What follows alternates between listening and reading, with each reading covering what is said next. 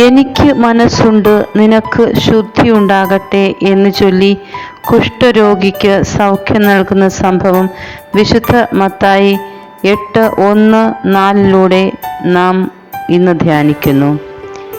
ഏതൊരു രോഗിയും ആ രോഗ അവസ്ഥയിൽ നിന്നും മോചനം നേടുവാൻ ആഗ്രഹിക്കുന്നത് സ്വാഭാവികം.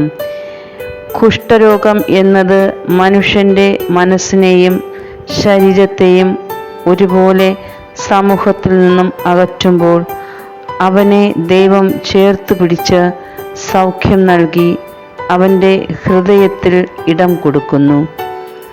ക്രിസ്തു നൽകുന്ന ഈ അനുഭവം, ക്രിസ്തുവിൽ നിന്നും ലഭിക്കുന്ന ഈ കൃപ ഒരിക്കലും ഒരു മനുഷ്യനും നഷ്ടപ്പെടുവാൻ ആഗ്രഹിക്കുന്നില്ല.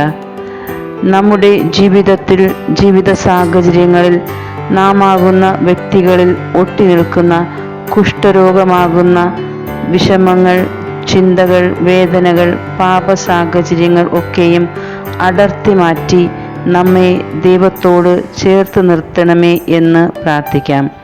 ദൈവം നമ്മെ സമൃദ്ധമായി അനുഗ്രഹിക്കട്ടെ.